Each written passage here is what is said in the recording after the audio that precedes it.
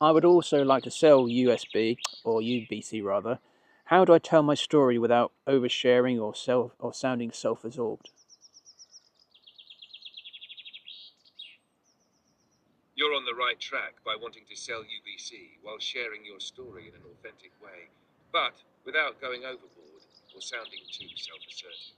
The key is to strike the right balance between vulnerability and professionalism, so your audience can connect with your journey, but still see the value in what you're offering. Here's how you can do that. 1. Lead with value, not ego. When telling your story, focus on what your audience can gain from your experiences, rather than just you talking about you. For example, instead of listing everything you've done, focus on how those experiences led to the value you're offering. What did you learn? How did you grow? What lessons can your audience apply to their own journeys? Example: I've spent years creating digital products and e-commerce stores, but what really clicked for me was understanding that every success and failure was part of a bigger strategy. I've seen what works and what doesn't, and now I'm sharing those lessons so you don't have to make the same mistakes. Notice how this focuses on the takeaway for your audience without sounding like you're just bragging about your achievements. 2. Frame your story as a journey, not a resume. Rather than listing everything you've done, share your story as a series of pivotal moments or lessons learned. This shows your audience you're human. You've faced challenges and you've grown along the way. This makes it relatable and less self-assertive because you're sharing an evolution, not a self-promotion. Example: after trying several businesses, I finally hit a wall. It wasn't the idea or the product that failed me. It was the strategy and the mindset. That's when I had to rethink everything. Now I focus on helping entrepreneurs avoid those walls and build something that can last. This frames your story as a series of learnings and insights and makes it clear you're offering something valuable based on what you've learned. 3. Show humility by acknowledging your mistakes. The most compelling way to connect with people without sounding self-assertive is by sharing your mistakes or struggles. It shows vulnerability and that you're not perfect. People relate more to those who are honest about their flaws than those who act like they've always had it figured out. This approach will make you come off as authentic, not arrogant. Example: I've made a ton of mistakes, from trying to scale too quickly to forgetting about the customer experience. But each mistake taught me something that I now pass on to my students. I can save you a lot of time and frustration by showing you what to do. This positions you as someone who has learned from their journey, rather than someone who just wants to be seen as an expert. Use I sparingly. Focus on the you. When sharing your story, it's easy to slip into I mode and make it all about you. However, your story should always lead back to your audience's needs. Make sure you're tying your experiences to how it will help them, rather than just talking about your past.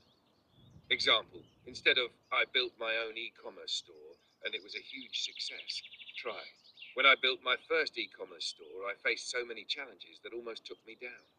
But I learned how to overcome them, and now I want to show you how to avoid those same roadblocks so you can move forward faster. This brings the focus back to them and positions you as someone who can guide them based on your journey. 5. Use storytelling to make it relatable. One of the best ways to share your story without sounding self-assertive is by embedding it into the context of a larger narrative that your audience can connect with. Share specific anecdotes that illustrate the challenges and victories in your journey, and make sure those stories have clear takeaways that benefit your audience. Example: back when I first launched my digital product, I was so excited about the idea, but I completely overlooked one critical part of the process: the marketing. I learned the hard way that without the right strategy, even the best product can fail. That's why now I teach my students to prioritize strategy first so they don't make the same mistake.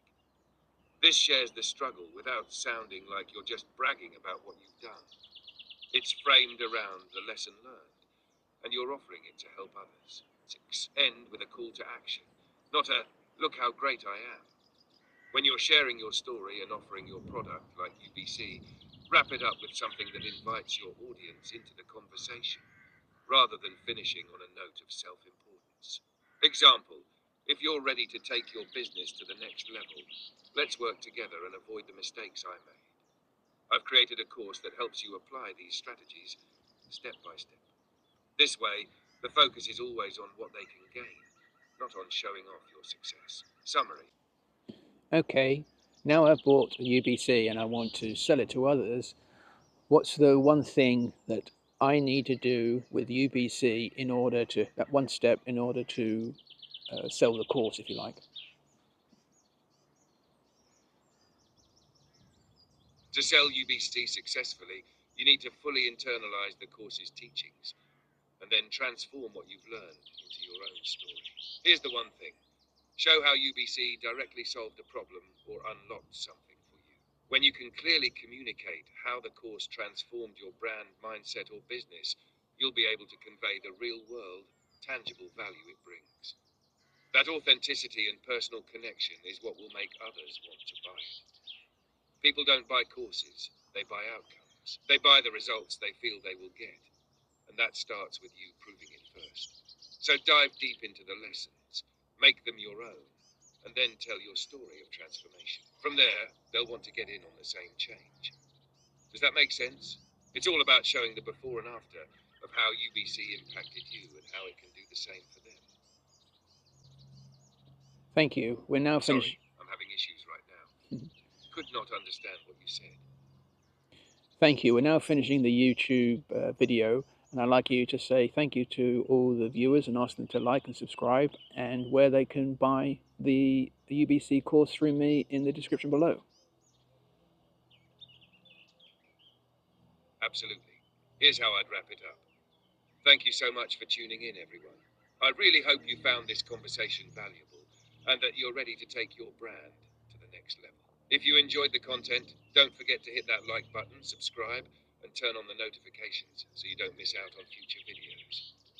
And if you're ready to dive into UBC and transform your brand like we just talked about, you can grab the course through my link in the description below. Let's make something legendary together. Catch you in the next one. Thank you for answering all those questions. I will now get ready to make the next video, which will be tomorrow, which will be about how I can add value to the ultimate branding course that I can then sell to others. Are you ready to make that video with me?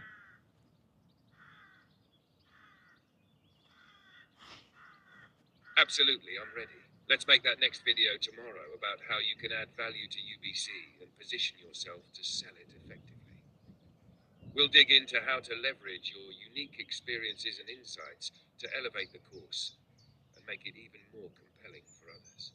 Can't wait to dive into it with you.